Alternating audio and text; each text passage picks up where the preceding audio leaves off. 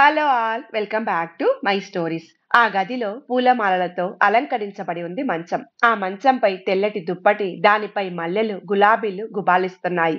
ఆ మంచం పక్కనే ఉన్న చిన్న బల్లపై పళ్ళు, మిఠాయిలు ఉన్నాయి. అగరొత్తులు, అత్తర్లు, సువాసనల్ని, పరిమళాల్ని ఆ గది అంతా వెదజల్లుతున్నాయి. పని పెళ్లి బట్టల్లో తలతలా మెరుస్తున్నాడు. ఆ రోజు అతనికి శోభనం. మంచంపై కూర్చొని ఆమె కోసం ఎదురు చూస్తున్నాడు. తలుపు దగ్గర చప్పుడైంది. అతడు ఆత్రంగా అటుకేసి చూశాడు. గది బయట గాజుల గలగలలు, ముసిముసి నవ్వులు వినిపించాయి. ఎవరో తోసినట్టుగా నవవధువు లోపలికి నెట్టబడింది. తలుపులు మూసుకున్నాయి. ఆమె తలుపు దగ్గరే ఆగిపోయింది. తల దించుకొని ఉంది. పెళ్లి బట్టల్లో మెరిసిపోతోంది. పని ఆమెను చూశాడు. అలా ఆమెను చూసిన అతని గుండె ఒక్కసారిగా ఆగి మళ్ళీ కొట్టుకోసాగింది. అంత అందం తన సొంతం కాబోతోంది. అతని మనసు సంతోషంతో నాట్యం చేసింది. ఆమె ముందుకు కదలట్లేదు. అక్కడే నిల్చొని ఉంది మౌనంగా. పని ఆమె దగ్గరగా వెళ్ళాడు. ఆమె భుజంపై చేయి వేసి మెల్లగా ఆమెను మంచం దగ్గరకు తీసుకొని వచ్చాడు. ఆమె చేతిలోని పాల గ్లాసును తీసుకొని దానిని బల్లపై పెట్టాడు. మంచంపై కూర్చున్నాడు. ఆమె కేసి చూశాడు.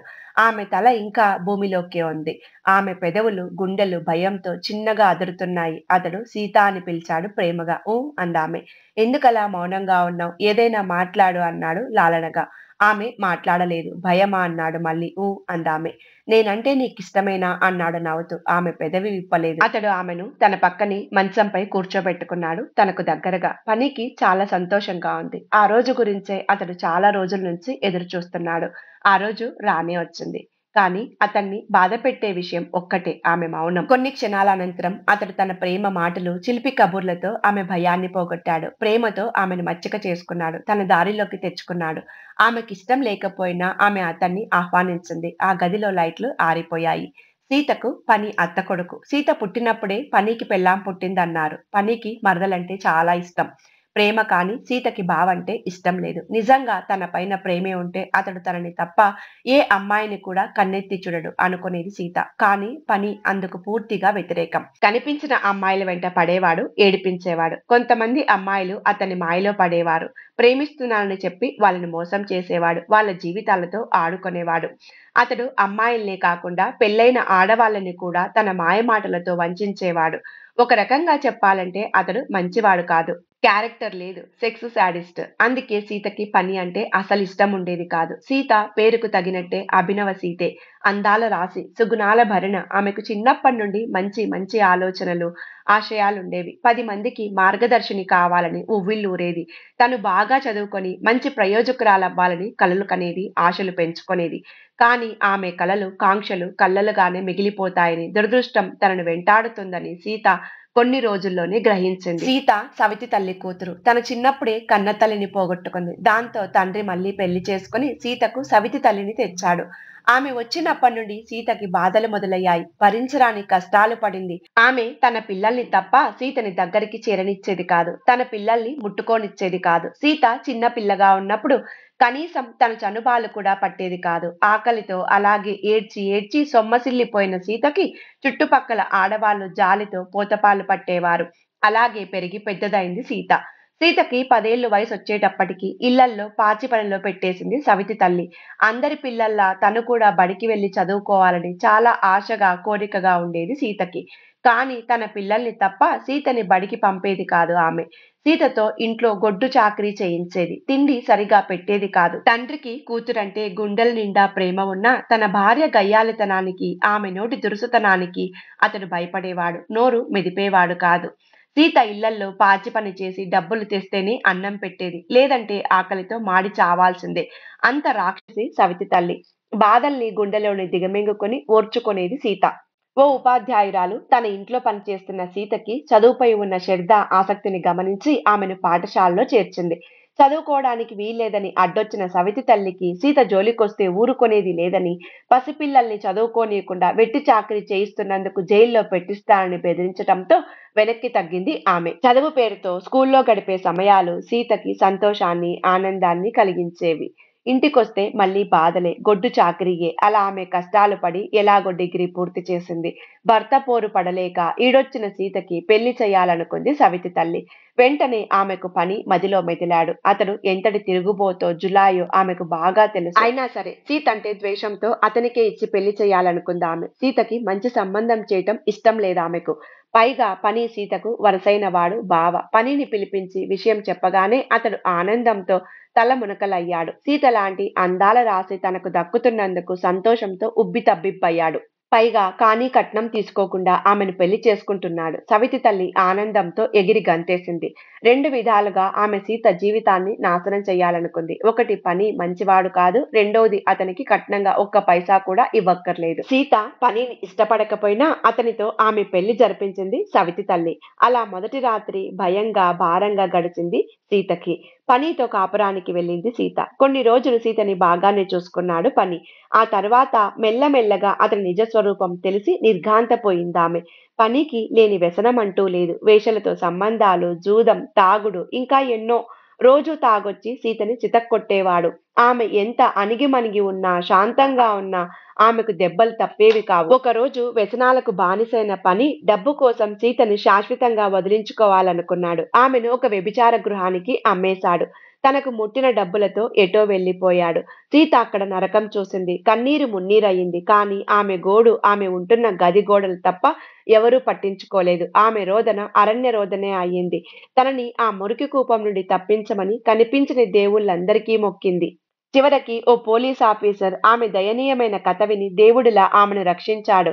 ఆమె బయటపడింది. కష్టాలు, బాధలు ఓర్చుకోవడం తనకు కొత్త కాదు కాబట్టి ఓర్చుకొనేది. ఒక్కోసారి బాధలు భరించలేక ఆమె చావాలనుకునేది. కానీ తన కడుపులో పెరుగుతున్న బిడ్డ గురించి ఆలోచించి ఆ ప్రయత్నం మానుకొనేది. అలా చాలా రోజులు చాలా బాధగా, భారంగా గడిచేవి. ఒకరోజు ఆమెకి సుస్థి చేసింది. తీవ్రంగా జ్వరం వచ్చింది. ఎన్ని మందులు వాడినా, ఎన్ని రోజులైనా జ్వరం తగ్గలేదు. ఆరోగ్యం కుదుటపడలేదు. దాంతో పెద్దాసుపత్రికి వెళ్లి చూపించుకుంది సీత. పరీక్షలు చేసి డాక్టర్ చెప్పిన మాటలు విని ఆమె పిడుగుపడ్డట్టు అదిరిపడింది. ఆమెకు ఎయిడ్స్. తను నిల్చున్న చోటే భూమి బద్దలైనట్టు, తను అందులో కూరుకుపోతున్నట్టు విలవిల్లాడింది సీత. జీవితమంతా అంధకార బంధురమైనట్టు తోచిందామెకు. కానీ ఏమీ చేయలేని పరిస్థితి, నిస్సహాయత తనది. బాధల్ని దిగమింగుకొని కొన్ని రోజుల తర్వాత సీత మగపిల్లాడిని ప్రసవించింది. అప్పుడే దురదృష్టం మరోసారి ఆమెపై తన పంజాని విసిరింది. ఆ సమయంలో జరిగిన మెడికల్ టెస్ట్‌లో తెలిసిన ఒక భయంకర నిజం సీతని ఆశనిపాతంలా తాకింది. గుండెను ఎవరో ముక్కలు ముక్కలుగా నరికినట్టు బాధ కలిగింది. భర్త ద్వారా తనకు, తన కొడుక్కి కూడా ఎయిడ్స్ సోకింది. 1000 పిడుగులు మీద పడ్డట్టు విలవిల్లాడింది సీత. ఆ విషయం తెలిసి అత్తింటివారు "మా కొడుకే లేనప్పుడు ఇంక నువ్వెందుకు ఇక్కడ" అంటూ ఆమెను బిడ్డతో పాటు ఇంట్లో నుంచి బయటికెంటేశారు. తుఫాను తాకిడికి చిగురుటాకుల్లా వణికిపోయింది సీత. ఏం చెయ్యాలో, ఎలా బ్రతకాలో తెలియని ఆమె తన 4 నెలల బాబుతో పుట్టింటికి చేరింది. ఇద్దరికీ ఉన్న జబ్బు విషయం తెలిసి ఆమె సవతి తల్లి కూడా వాళ్ళని ఇంట్లోకి రానివ్వలేదు. భర్త పోరు పడలేక వాళ్ళని పశువుల కొట్టంలో ఉంచింది. వాళ్లకు తిండి కూడా పెట్టేది కాదు. దాంతో సీత రోడ్లు వేసే పనిలో రోజు కూలీగా చేరింది. అలా వచ్చిన కొంచెం డబ్బుతో కొడుక్కి వైద్యం చేయించేది. ఒకవైపు బిడ్డను చూసుకుంటూ, మరోవైపు పని చేసుకుంటూ అలా ఆమె జీవితం వెళ్లదీయసాగింది భారంగా, అత్యంత దయనీయంగా. అయితే దేవుడు అక్కడ కూడా ఆమెకు అన్యాయమే చేశాడు. పోషకాహారం సరిగ్గా అందక బిడ్డ చనిపోయాడు. కన్నీరు మున్నీరుగా విలపించింది సీత. దుఃఖాన్ని తట్టుకోలేక జీవితంపై ఆశలు వదిలేసుకుంది. ఆలోచించుకుంది. తన బ్రతుకంతా అష్టకష్టాలే, కన్నీళ్లే. కష్టాలు వచ్చిపోతాయి. అవి పోయాక వచ్చేవి సుఖాలే అన్నమాట తన విషయంలో అబద్ధమైందని ఆమె భావించింది. జీవితమంతా కష్టాలు, బాధలు పడి తను జీవించలేదు. ఇంకా కష్టాల కడలిని ఈదే శక్తి తనకు లేదు. బాధల సుడిగుండాల నుండి తను బయటపడలేదు. ఆత్మవిశ్వాసాన్ని కోల్పోయింది సీత. భర్త నయవంచకుడు, కొడుకు పోయాడు. ఇంకా తను ఎవరి కోసం బతకాలి అనుకుంది. పురుగుల మందు తాగింది. విషయం తెలిసి చుట్టుపక్కల వాళ్ళు ఆమెను ఆసుపత్రికి తరలించారు. ఆమె అదృష్టం కొద్దీ ప్రమాదం నుండి బయటపడింది. కానీ అక్కడే సీత జీవితం కూడా మలుపు తిరిగింది. దేవుడు ప్రతి పుట్టుకకు ఒక ప్రయోజనం రాసిపెట్టే ఉంచుతాడనేది ఆమె విషయంలో నిజమైంది. సీత ధన్యమైన పరిస్థితంతా తెలుసుకున్న ఒక డాక్టర్ ఆమెను ఎయిడ్స్ వ్యాధిగ్రస్తుల ఆరోగ్య పరిరక్షణలో చేరింది. వారి సేవల గురించి తెలిసిన సీత అందులో సభ్యురాలయ్యింది. అలా ఆమె ఆ డాక్టర్ ఆధ్వర్యంలో శిక్షణ తీసుకుంది. అప్పటి నుంచి ఆమెకు లక్ష్యం ఏర్పడింది. 3 వారాన ఆమె జీవితం మళ్లీ చిగురించింది. జీవితంలో వసంతం వెల్లివిరిసింది.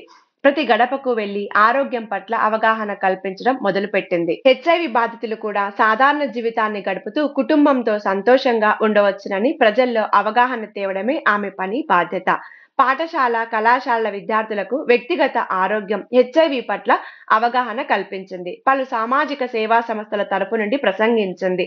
అప్పటి వరకు ఆమె చాలా దేశాల్లో అక్కడ ప్రతినిధుల ఎదుట ప్రసంగించే అరుదైన అవకాశం అందుకుంది. ఓ ప్రముఖ స్వచ్ఛంద సంస్థ వారు సీతని ప్రసంగించమని కోరారు. ఆమె ప్రోగ్రాంని అన్ని టీవీ ఛానల్స్ కవర్ చేశాయి.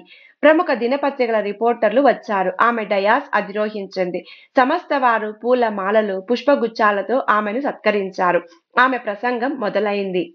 ఎయిడ్స్ బాధితులు నిరాశ, నిస్పృహలతో, వైరాగ్యంతో చనిపోవాలనుకుంటారు. అలాంటి వారిని మామూలు మనుషులుగా మార్చడమే నా పని. వెళ్ళిన ప్రతి చోట నా గురించి చెప్పమని అడుగుతారు. నా ప్రసంగం అయ్యాక అంతా లేచి చప్పట్లు కొడుతుంటే ఏడుపొస్తుంది. మనకు దొరికేది ఒకటే జీవితం. ఎంతో విలువైన దాన్ని వృధా చేయకుండా ఆనందంగా బ్రతకడం నేర్చుకోవాలి. ఇతరులకు ఆ సంతోషాన్ని పంచాలి. జీవితాన్ని ఆనందమయం చేసుకోవాలి అంటూ 2 నిమిషాలు ఆగింది. సభికులు ఆమె ప్రసంగం ఆపవద్దని గోలగోల చేశారు. సీత మళ్ళీ కొనసాగించింది. ఒకప్పుడు నన్ను అసహించుకున్న వాళ్ళే ఇప్పుడు నన్ను ఒక సోదరిలా ఆదరిస్తున్నారు, గౌరవిస్తున్నారు. ఎయిడ్స్ వ్యాధిగ్రస్తుల ఆరోగ్య పరిరక్షణ సంస్థ తరపున అవగాహన కల్పిస్తూనే ఉంది. డిమానిస్ట్రేషన్ ఫారం మేనేజర్‌గా పనిచేస్తున్నా. చిన్న కష్టానికి ఆత్మవిశ్వాసాన్ని కోల్పోయి ఆత్మహత్య లాంటి అఘాయిత్యాలకు పాల్పడే వారికి నా జీవితం, గతం గురించి చెప్తా. అలా వారిలో జీవించాలనే ఆశను, ఆకాంక్షను కలిగిస్తున్నా. అలా చాలా మందిలో మార్పు తెస్తున్నా, ఇంకా తేవాలి. ఇప్పటి వరకు నాకు చాలా అవార్డులే వచ్చాయి. ప్రభుత్వం ఈ ఏడాది మహిళా దినోత్సవం సందర్భంగా నన్ను మోడల్ వుమెన్‌గా గుర్తింపునిచ్చాయి. ఇవన్నీ నాలో సమాజం పట్ల బాధ్యతను, కర్తవ్యాన్ని పెంచుతాయి. ఇలా సాగింది జీవితంలో ఎన్నో డక్కాముక్కీలు తిని, ఒడిదుడుకులను ఎదుర్కొని, కష్టాలు, కన్నీళ్లు, బాధల్ని, వ్యధల్ని ఎదిరించి ధైర్యంగా నిలిచిన సీత ప్రసంగం. ఆమె ప్రసంగం వినడానికి వందలాది మంది వచ్చారు. ఆమె స్పీచ్ ముగించి స్టేజ్ దిగుతుంటే ఓ వ్యక్తి ఆమె కాళ్లపై పడ్డాడు. మాసిన బట్టలు, తైల సంస్కారం లేని జుత్తు, గుబురుగా పెరిగిన గడ్డం, శుష్కించిన శరీరంతో బిచ్చగాడిలా ఉన్నాడు. స్వచ్ఛంద సంస్థ కార్యకర్తలు అతన్ని పిచ్చోడని భావించి కర్రలతో అదిలిస్తూ దూరంగా నెట్టేశారు. అతన్ని సులువుగానే గుర్తుపట్టింది సీత. తన జీవితాన్ని కుక్కలు చింపిన విస్తరణ చేసి తన స్వార్థం తను చూసుకున్నాడతడు. అగ్నిసాక్షిగా తన మెడలో 3 ముళ్ళు వేసి తనతో 7 అడుగులు నడిచిన తన భర్త పని అని తనెలా మర్చిపోగలుగుతుంది? ఆమె వడివడిగా ముందుకు నడుస్తూనే ఉంది, చైతన్యం కరదీపికలా. ఇది ఇవాల్టి కథ. ఈ కథ మీకు నచ్చితే లైక్ చేయండి, ఛానల్‌ని సబ్స్క్రైబ్ చేయండి. కథను లాస్ట్ వరకు విన్నందుకు ధన్యవాదాలు. మరొక మంచి కథతో మళ్ళీ కలుద్దాం. Thank you so much for watching.